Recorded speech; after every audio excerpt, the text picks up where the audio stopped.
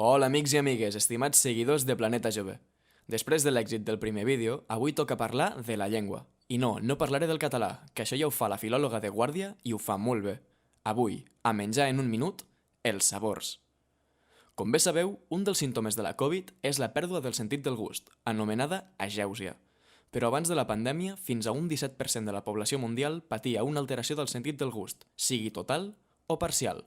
Però, com funciona la nostra llengua? Quan ens fiquem un aliment a la boca, les papil·les gustatives reaccionen amb el sabor específic per al que estan especialitzades, que poden ser dolç, salat, àcid, amarg i umami.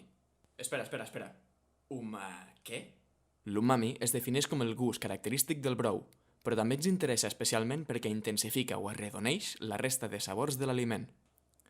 Ara que ja estem situats en la nostra llengua i sabem el que és aquest sabor de nom tan estrany, us puc avançar el tema del proper vídeo, el glutamat monosòdic, un potenciador del sabor amb moltíssima controvèrsia darrere. Fins la propera. Salut!